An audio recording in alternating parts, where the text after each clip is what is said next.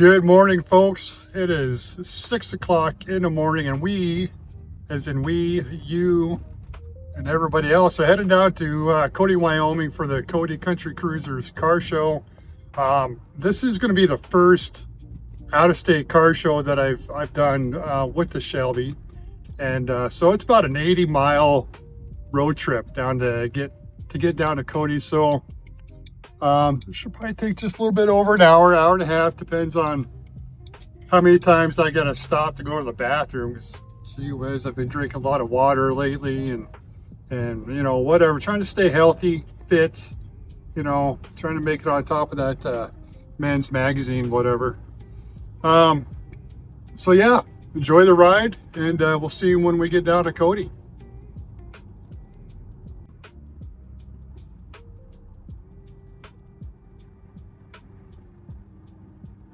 So if there's one thing I like seeing early in the morning, is it's kind of wide open spaces. I mean, it kind of gets me ready to face the day when before I have to go to work and, you know, deal with a bunch of people and whatever. So, you know, just getting up in the morning, cruising around, seeing some wide open spaces, especially when you know that you're gonna go have some fun down at a car show or whatever. You know, it just kind of gets me in the mood.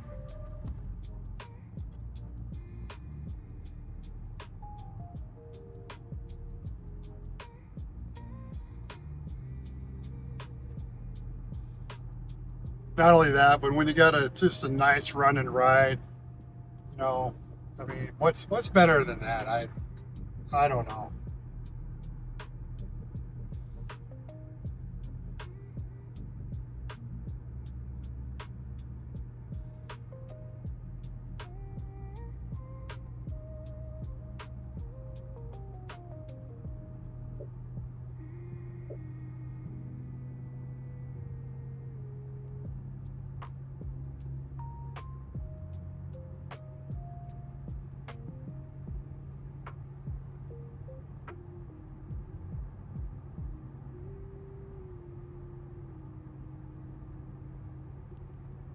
So the last car show I did was up in Red Lodge, and that was a good car show.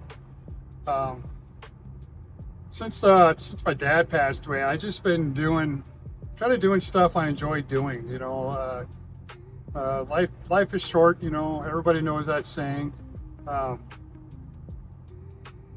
yeah, so car show is driving around, talking to different people.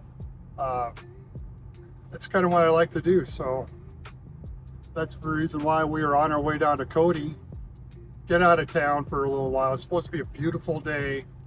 We're going to come back later on tonight, and then possibly tomorrow there's going to be an air show at the Billings Logan Airport, and so we're going to try to catch some of that air show. Do a car show today, air show tomorrow. Man, it doesn't sound like too bad of a weekend after all.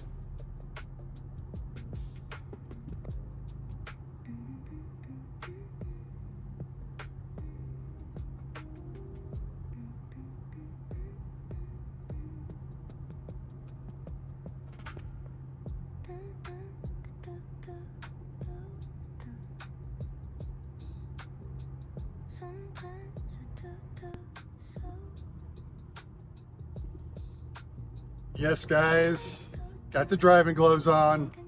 We got to keep this steering wheel in pristine condition, you know. It's not like I could just go down to AutoZone and get a new one. Look at that beautiful sunrise overlooking Pryor Mountain Range there, or the embankment of the interstate.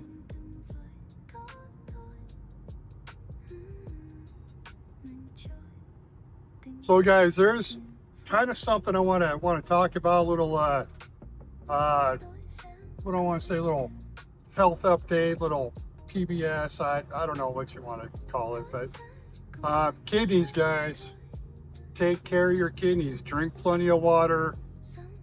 Go get your blood work done, your labs done. Pay attention to your kidney function, because if you don't, no one else is. Um, and I kind of mean that. I mean, I know we all have doctors or something kind of looking at that type of stuff or whatever, but a lot of these doctors won't mention anything until your kidney function gets down to a certain level, and then they'll mention something. But a lot of times it's kind of a little too late. So uh, to back this all up, back in December, I was diagnosed with stage 3 kidney disease. Okay, well, you have 5 stages of kidney disease. Stage 1 is anywhere between 100 or 90% below, or yeah, between 100 and 90, whatever.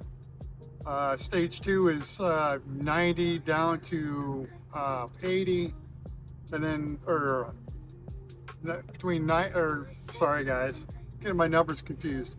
Uh, Between 90 and 60, and then stage 3 is 60 and below, and you guys get it. Um, so, and I didn't know I was trending down. I didn't know I was, less than 90. I didn't know it was stage 2 or anything like that.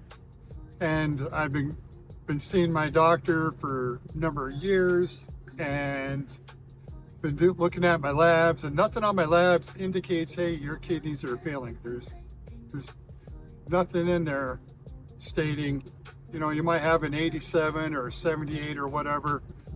They're not going to flag that. They're not going to flag that as, hey, you need to start paying attention to your kidneys because you're not in the normal range for your age.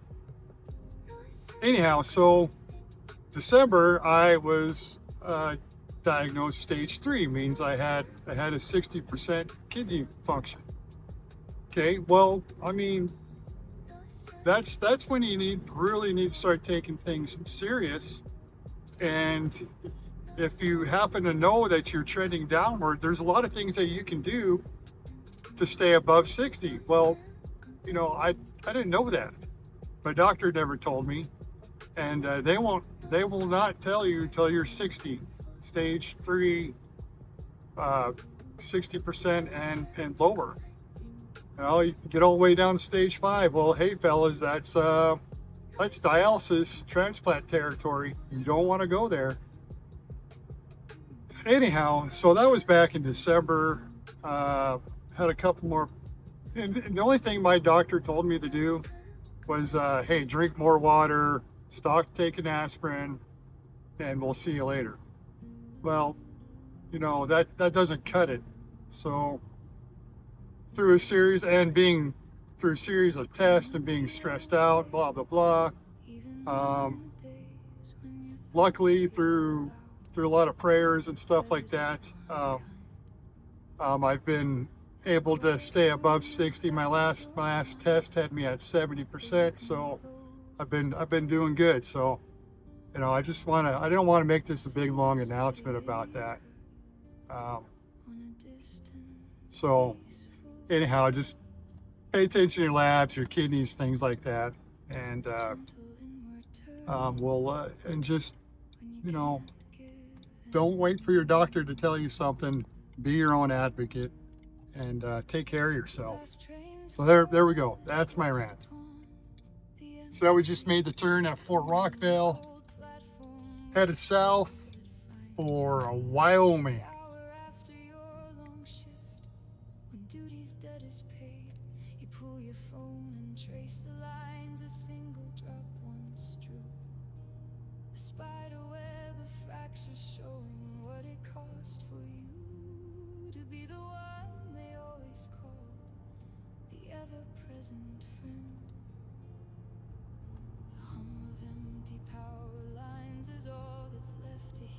Then we got to pass Fromberg and Edgar and stuff like that. So a couple small little farming towns, little farming communities, whatnot. I used to come out here all the time, especially out to Edgar, because I used to collect dinosaur bones. And so we got a formation out here called the Cloverleaf Formation. And used to be able to go out there and collect dinosaur bones, juvenile raptors, things like that. But Um, Collecting dinosaur bones and things like that can be kind of a cutthroat type of business.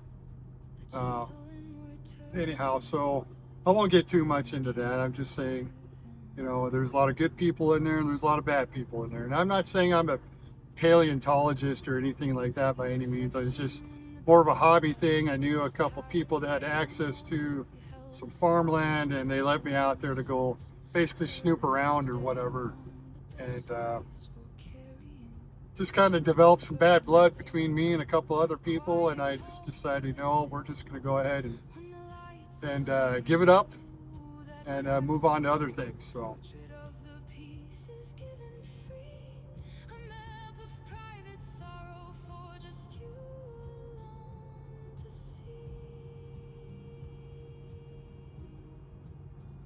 Perhaps real strength is not about the heavy loads you bear. Perhaps it's learning what to drop and what is yours to share. It's finding grace and setting. There's a local cemetery for these couple towns.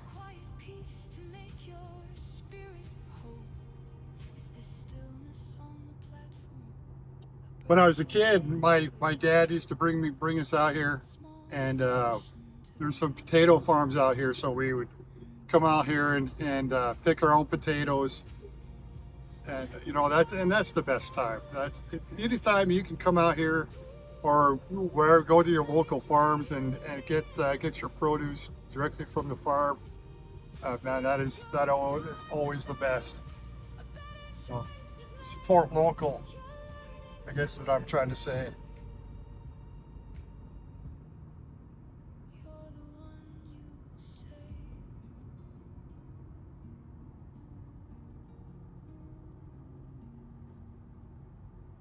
But I think we're going to pull into either probably not Joliet.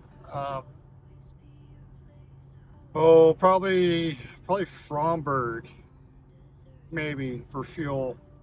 Because once you get outside Fromberg, there's not much else until really you get across the Wyoming border, and then there's still not really much else until you hit Cody. I mean, you know, there's a small town of Edgar right here. There you go. Well, you blinked and you missed it.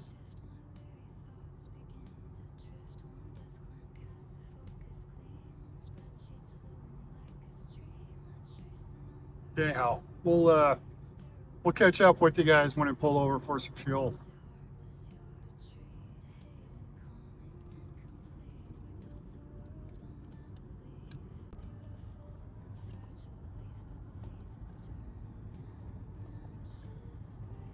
All right, guys. So we're gonna pull into a little town of Bridger, named after Jim Bridger, the mountain man and explorer and things like that. So, um,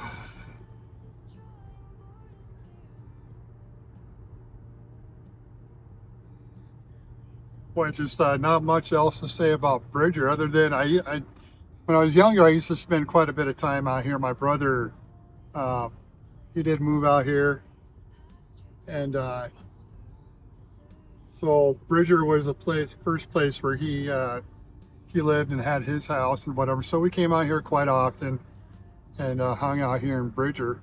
Um, it's been a couple of times where we'd have like local street dances and whatever. So we come out here and get all stupid, get all drunk, and and get harassed by the cops, and just have a good old time. Anyhow, so we're gonna go ahead and pull into the Sinclair station.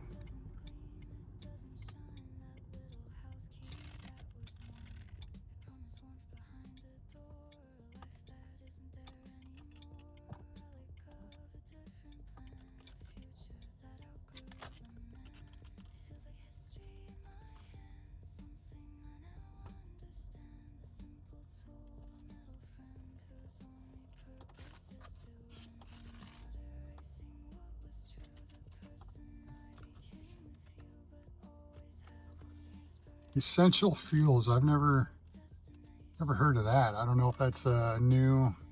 I mean, I've never seen one in Billings either, so I don't know if that's a new type of gas station business trying to make their way into Montana here, but I don't know. We're gonna get some fuel and get going.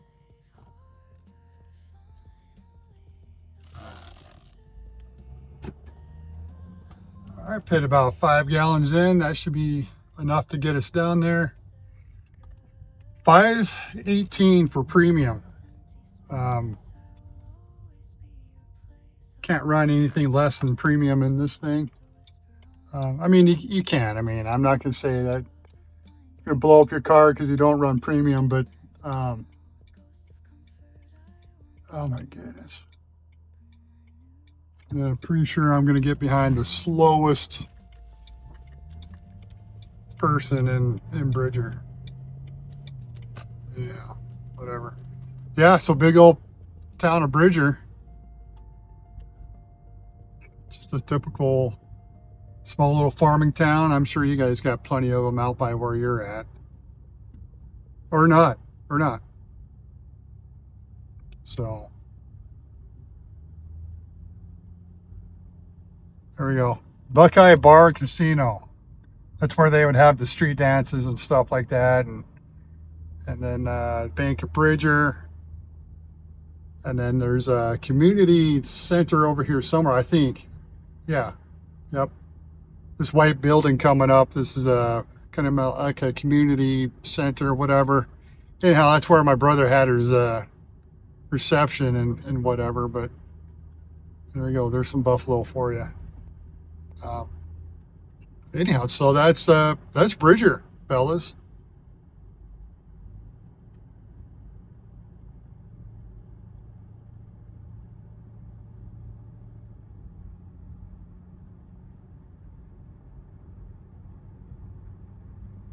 Then we got one more town at Belfry to drive through, and that's even smaller than the Bridger. I mean, it's tiny little town. I think it's got one gas station, maybe. I think, if that.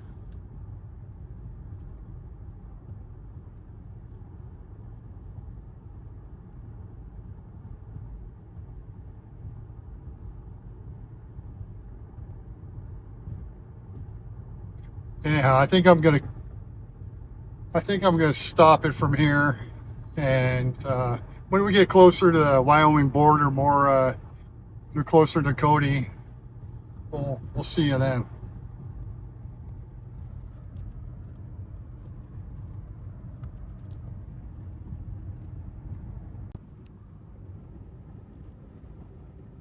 All right, guys. So right in the middle there's a mountain called Heart Mountain, and so the reason why I bring up Heart Mountain, I mean, it doesn't even look like a heart. Some people say it kind of looks like a person laying down, like an Indian laying down.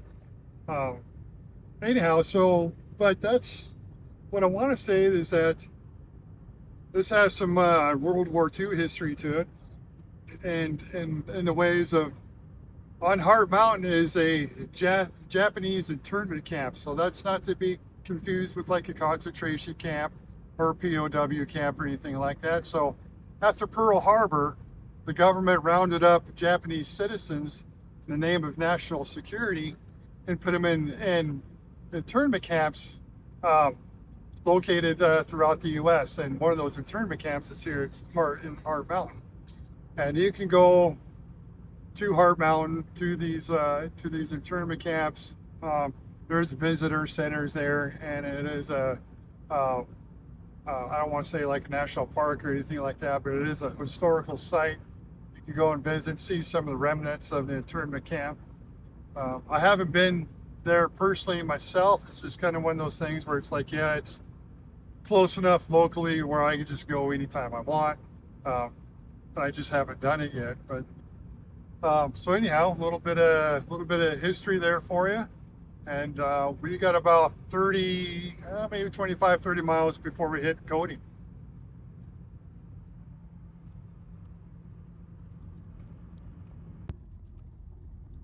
Okay, now we're starting our little descent into Cody here.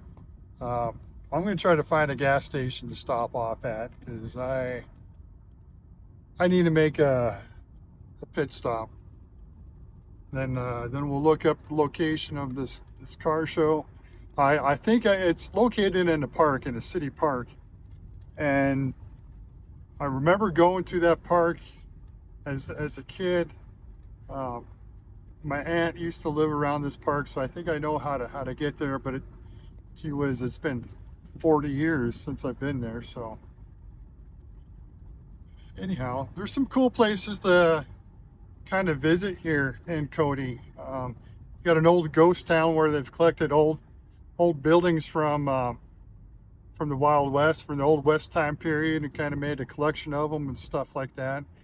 A lot of these buildings got bullet holes in them and whatever. But and then there's the Buffalo Bill Museum, uh, and then Cody is also a gateway, also uh,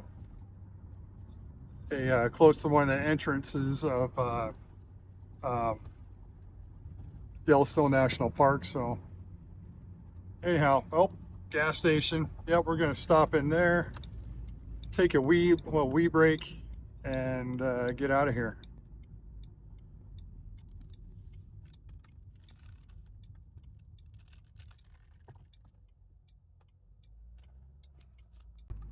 All right, so we're just getting into kind of downtown Cody, and we're looking for 16th Street or whatever. But off to the left here is called Irma's Hotel, Buffalo Bill's original hotel. So when Buffalo Bill was in here in Cody or whatever, that's the hotel that he quite frequented. And it's supposed to be haunted and all this other sort of stuff. But anyhow, oh, well, it looks like I'm not going to have an issue finding the car show because a whole bunch of cars already parking here. Anyhow, I'm going to go ahead and kind of loose here, and then try to find registration and whatnot. So, all right, guys. So we've been here at the car show for a little while.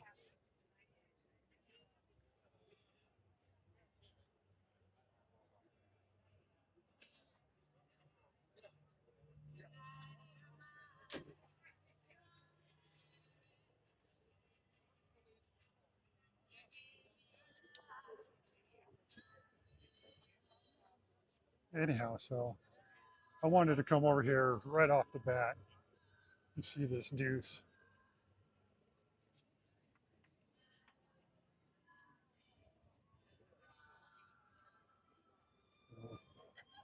Pretty cool, armor plating and everything.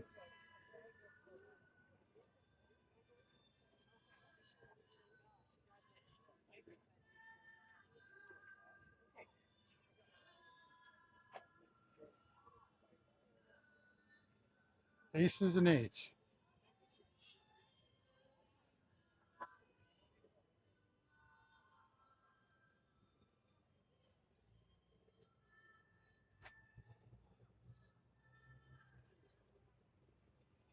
That's cool. And then in the back here, it's got a pair of M60 machine guns there.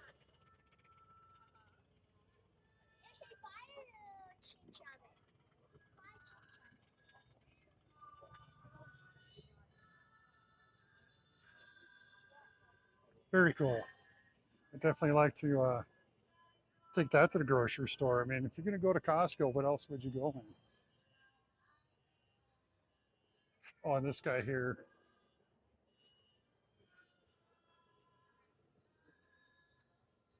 I think this is a 69, or sorry, 85 Ford. Yeah, 69. I'm still thinking about the deuce and a half.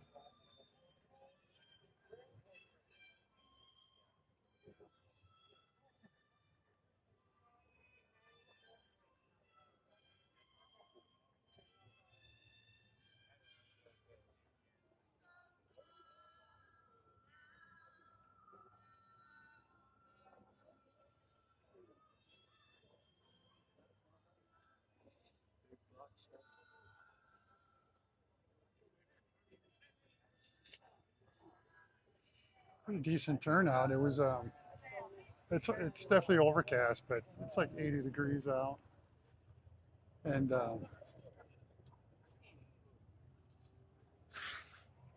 this is the first time I've done this car show, other than coming down here a couple years or back when I was a kid. But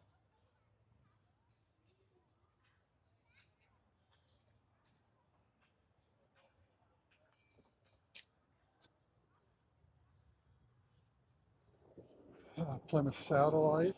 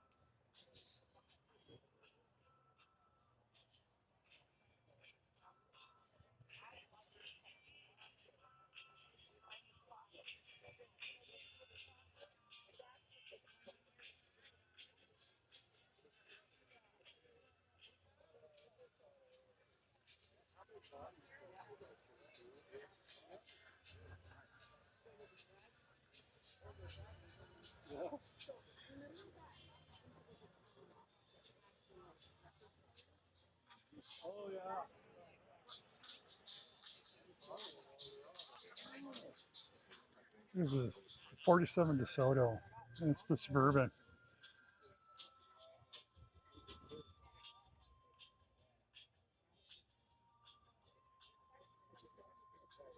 And that dash is just perfect. That is super sweet.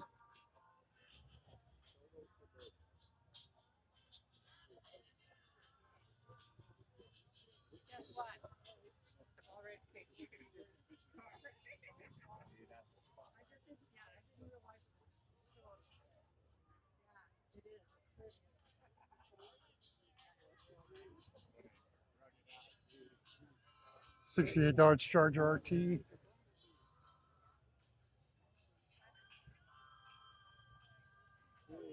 Pretty sweet.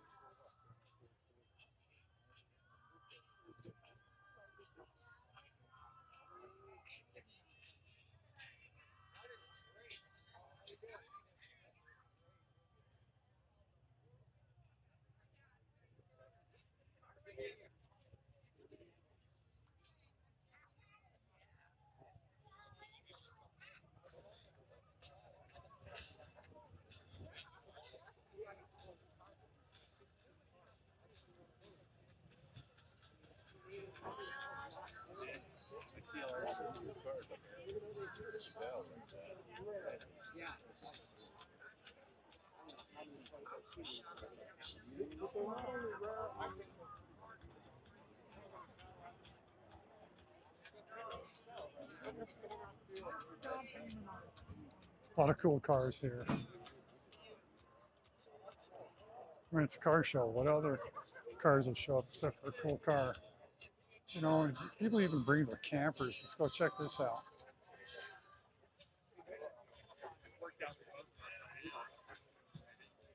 You want to leave him here?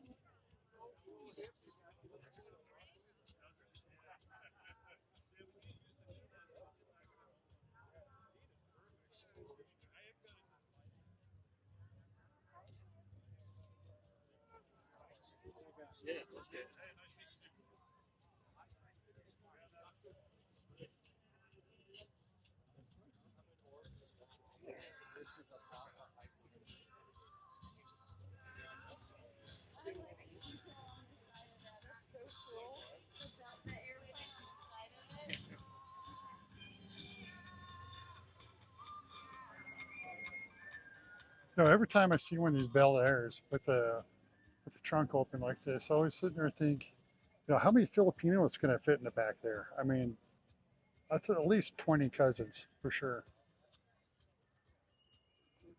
60 Bel Air.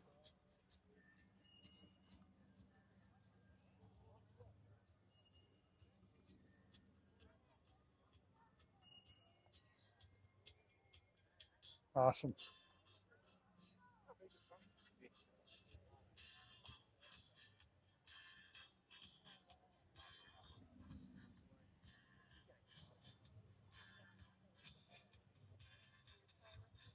For you saline fillers out there.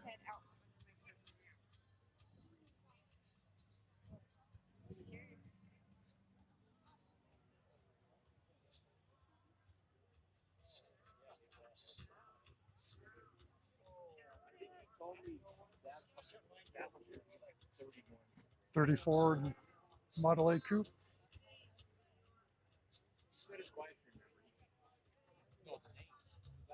And here's your supercharged Grand Nationals.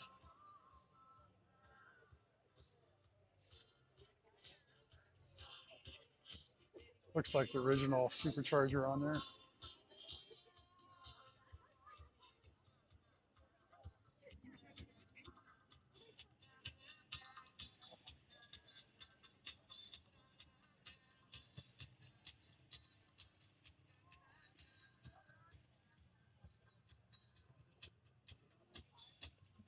Man, there's just a lot of cars here. Like, I don't think I'll be able to get to all of them. At least not before the battery on my phone runs out.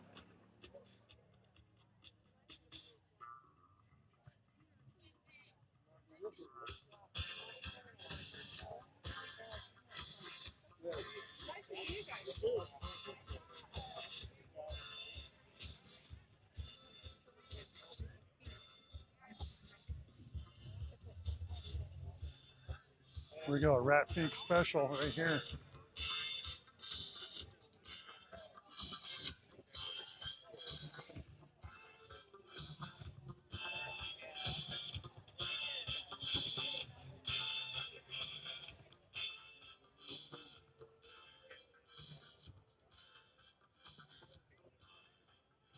How's it going? How much for the Rat Pink doll on front? No, Nope, not. my sister-in-law made that for me. Yeah, yeah, I'd say no too. Yeah, Cool car. thank you. Like it. Yeah, it's got. I put a bike through LS in a 4L60. Oh, nice. Oh yeah. Oh I boy. drive it everywhere. Oh, I would too. Yeah, Yeah. I take it to Scottsbluff, Nebraska, Logan, Utah. Really? Oh yeah. I suppose you get asked about it all the Oh, I time. do. I You do. bet. Yeah, You bet. nice. That's a beautiful Yeah, color. Oh, nice.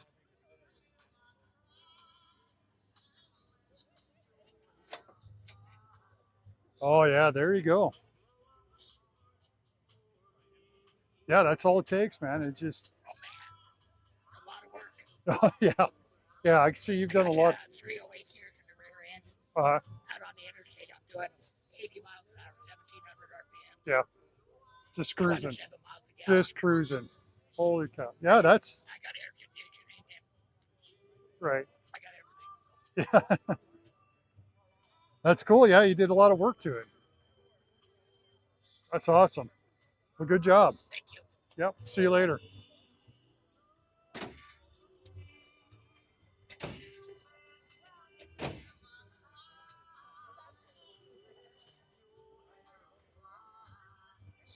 That's really cool. I definitely like that.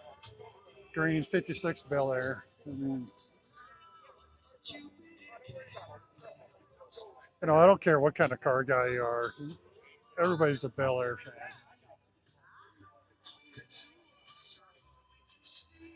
An old Malibu.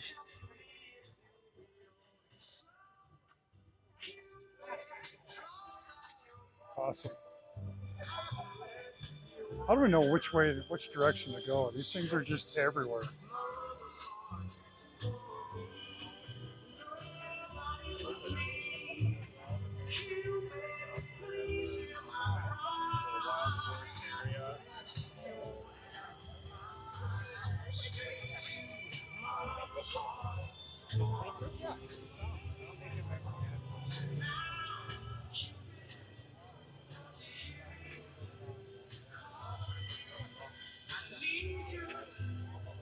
36 Dodge.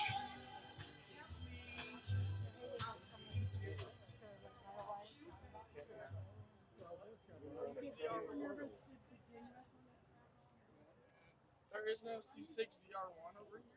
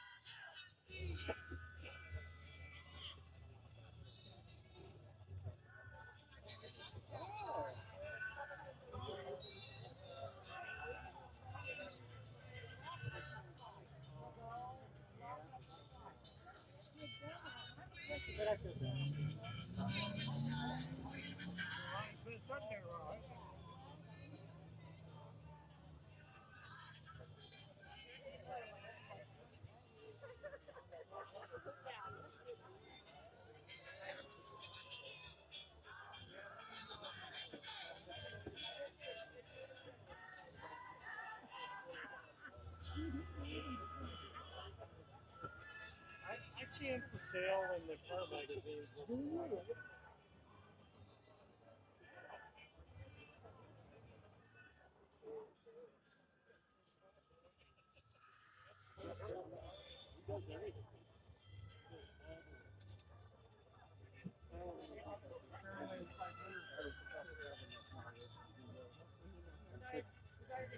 Now, sometimes it's just better just to walk around and look instead of talking about each and every single one of them. And you just kind of stop and appreciate what you're looking at. For Torino, let's see if it's got the GT 429. Yeah, so it's got the Cobra Jet.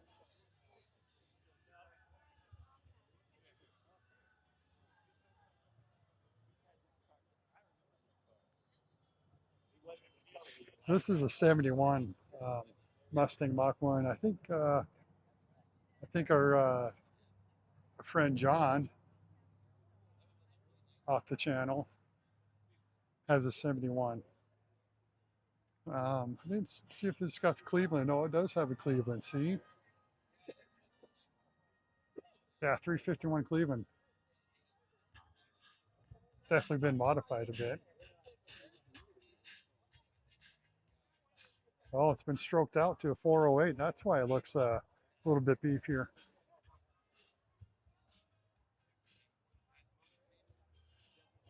That's pretty cool.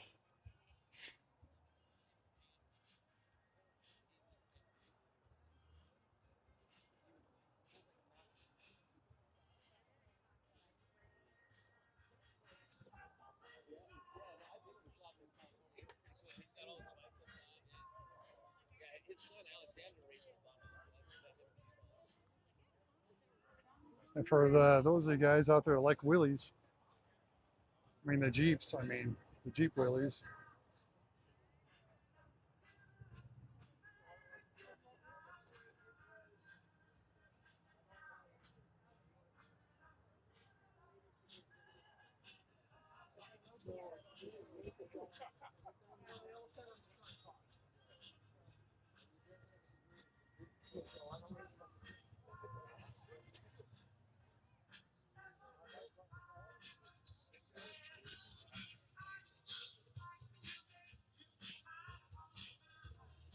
I think you guys come down here for the car show and then we'll do a little round of mini golf.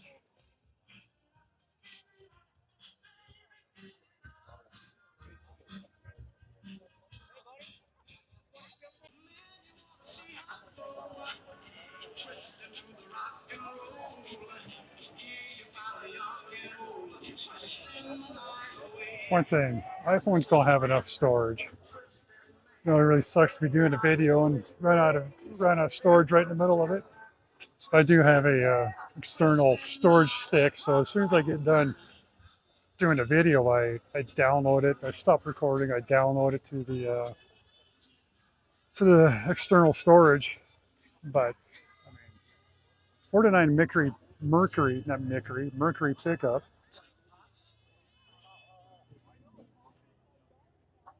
Jeez.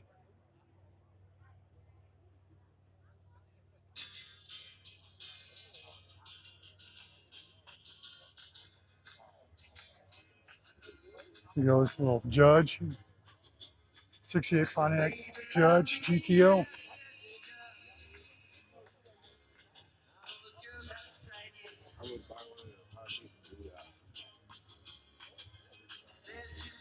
You know, 440 Roadrunner.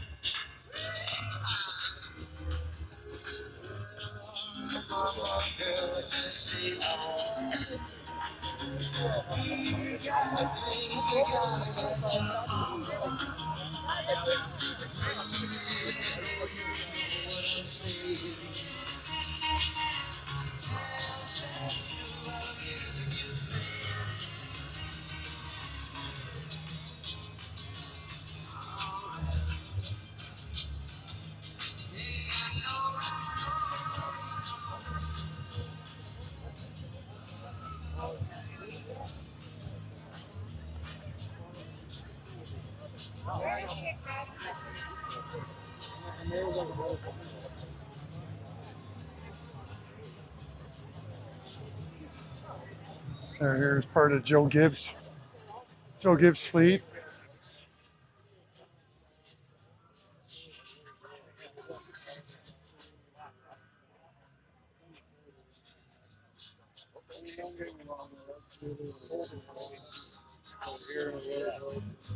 A lot of them, I understand what you're trying to say, like earlier, they'll get them and got the engine, the original engine won't be used.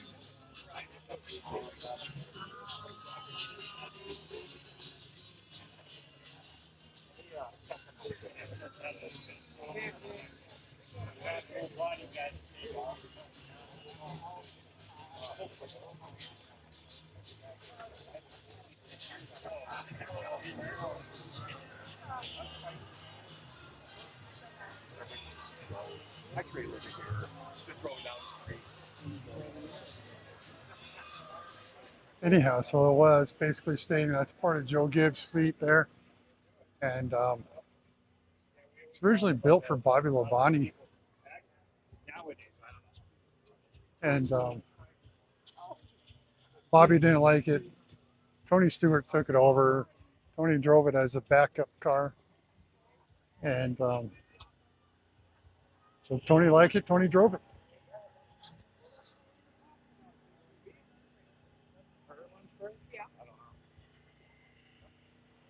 Excuse me. No, that's all right. Excuse me.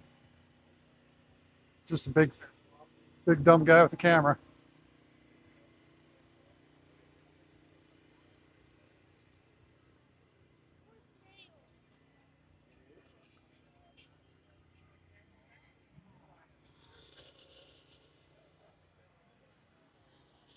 '41 Ford with a 5.7 liter vet motor in it.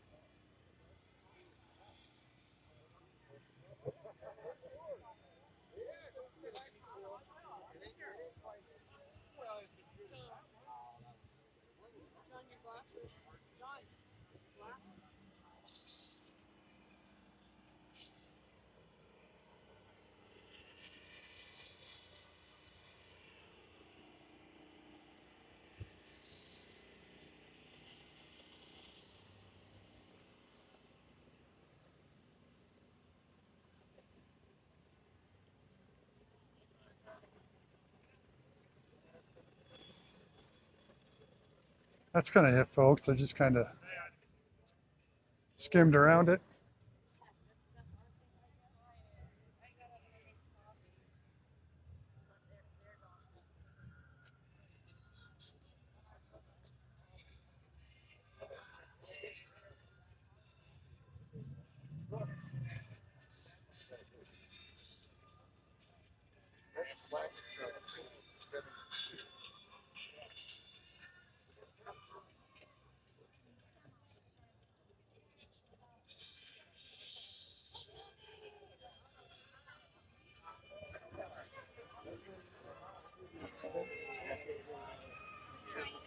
All right, guys. So the car show is over, and I'm going to tell you something. What an amazing car show! There's a ton of just really cool. I mean, just stuff I don't see every day. Um, and my twin showed up, and what I mean by my twin is that there's another '07 Shelby GTH that's been hanging around here locally back in Montana, and so he just randomly shows up at different car shows I go to, and lo and behold, I thought I could avoid him by driving all the way down to Cody, all the way down to Wyoming, and nope. 20 minutes later, he shows up and parks right next to me. So, I mean, it's really cool. I like the guy. They're an older couple, and they're fun to hang out with. But he's got an '07 Shelby GTH convertible. So, I mean, why not? Anyhow, so car show was over, so I figured, hey, let's go see the Old West Trail Town here in Cody. I don't get down here very often. It's a cool place. I mean, who doesn't love Old West history and buildings and stuff like that? So we can go check that out before we make our voyage back to Laurel, back to Montana. So let's go see what the old town has going on.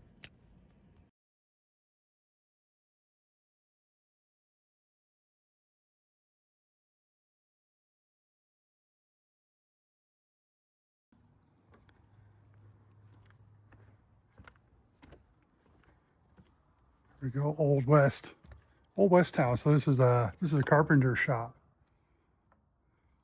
Need anything fixing? Here you go. This is where you come to. Hole in your roof? Yeah, come see this guy.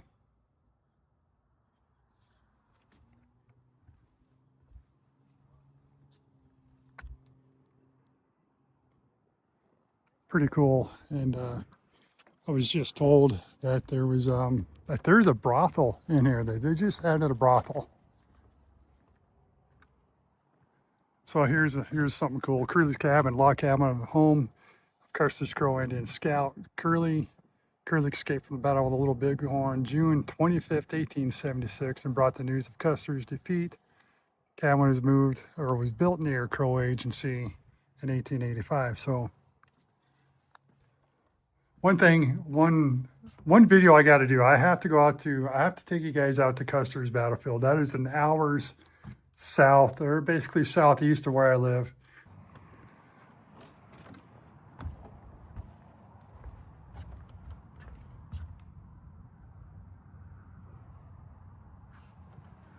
So once again, just got notified, hey, you got low storage on your phone. Even though after every video I take, I download it to an external source, a USB stick. This goes to show I'm gonna have to upgrade my storage. Buffalo Hunter's cabin. Jim White, Oliver Hanna, 1880. Jim White was murdered at the cabin in late October of 1880. And then the cabin was later used by Al Kirshner when he homesteaded the property in 1889. So not bad. We got a little stove in there, a little desk. Oh, perfect.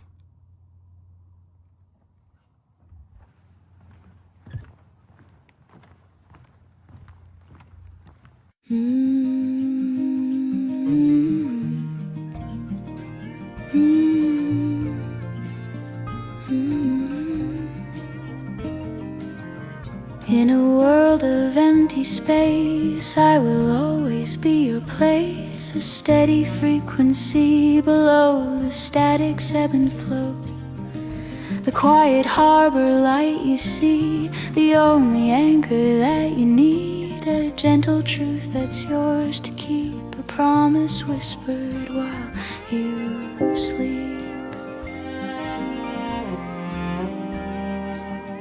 The neon bleeds on rain-slick streets, a rhythm of 1,000 beats. Your shoulders ache, the day is done, the hour after has begun. But victory feels hollow here, drowned out by a buzzing fear. The noise inside your head is dense, it doesn't have to make much sense. A replay of each word you said, the tangled thoughts you're putting to bed. You're walking through a hazy dream against a never-ending stream of worries that you can't erase, written on your tired face. But just beyond the city's drone, there is a signal you have known, a softer hum, a different key, a resonance that sets you free. It cuts right through the doubt and dread, the constant running in your head, a quiet call to come back home. You know you aren't really alone.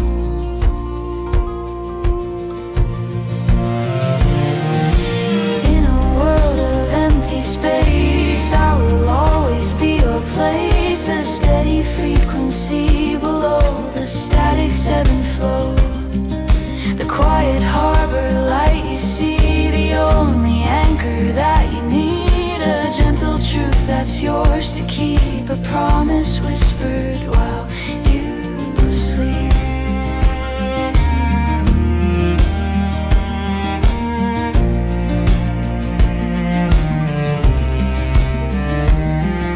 You're standing on the platform cold, a scene that's getting very old. The final train has gone and passed, a fading echo meant to last. The schedule board is dark and blank, a silence that you have to thank. You pull your phone out in the gloom to find a message, leave some room. A saved recording played so low, a voice you couldn't let just go. It's been there for a year or more, a key to an unopened door. My simple words, a steady tone, a seed of stillness you have sown against the whistle of the wind, a place for you to just begin. This isn't about being strong or proving anybody wrong. It's finding grace within the fight and turning toward a gentler light, to give yourself permission now to let the heavy branches bow. There's courage in the quiet art of tending to a fragile heart. Surviving is a tender thing, the melody you choose to sing.